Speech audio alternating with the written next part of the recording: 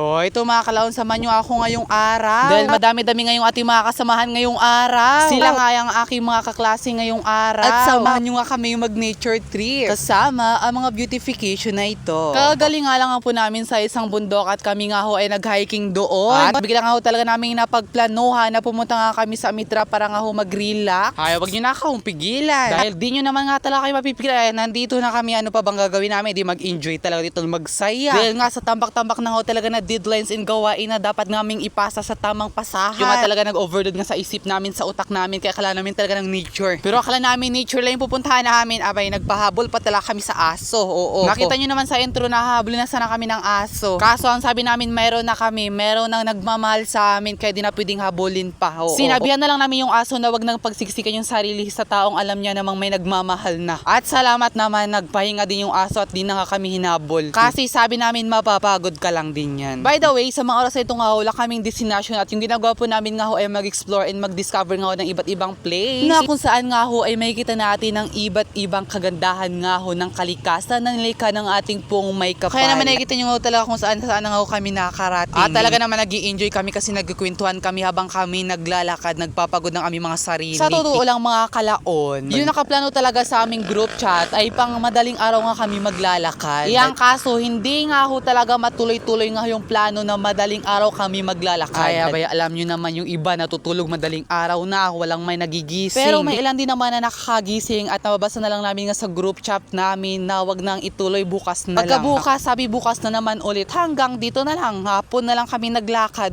Sinabihan ko na talaga sila na maganda din nga talaga pag morning ho kami maglalakad kasi nga ho maganda yun sa katawan namin. Talaga magigising ho talaga yung buong lamang loob namin. Charis. Malapit-lapit na kami sa Mitra. Talaga nga ho, may na-discover nga kami talaga napakaganda. Kaso nga lang nga ho, bawal dyan pumasok kasi nga ho private. Ito din guys yung pinapangarap ko guys sa future ko na sana magkaroon din ako ng ganito na mapapahingahan ko. Na alam ko sa sarili ko talaga na merong peace of mind doon at saka makakapag-relax talaga ako ng sobra-sobra. Kasama ang buong pamilya at ang aking minamahal kung mayroong mang mamahalin. At sa wakas nga ho, sa hinabahabang ho ng aming paglalakbay, nandito na din kami nga ho sa may Mitra. Makalipas nga ho yung ilang buwan, abay may mga bago nga naman nga ho talaga activity nga silang magagawa dito na tsak talaga mag-i-enjoy ka. Ang kaso wala naman ho kayong mga dalang pera kaya di po namin matatry yung mga activity na yun na sobrang saya naman siya tignan. Dahil sabi namin bawi na lang kami next time or baka may makapanood naman dito na may nagmamay-ari ng Mitra and baka ilibre niya ako. Charis. Nandito na kami sa taas at iba ho talaga yung aming nararamdaman. Iba talaga pag kumukunin ka talaga tayo sa nature. Sobra-sobra nga ho talaga yung kapayapaan na binibigay nga ho talaga sa isipan namin. Sa bawat ihip ng hangin at saka nga ho talaga sa mga magagandang tanawin na amin nakikita. Abay sobrang nakaka-relax talaga parang siya. Parang isang araw nga ho talaga nawala yung aming mga problema. Parang wala na kaming hinaharap na problema. Parang nawala lang lahat. Sa mga oras na to talaga nagtahimik talaga yung lahat. Talagang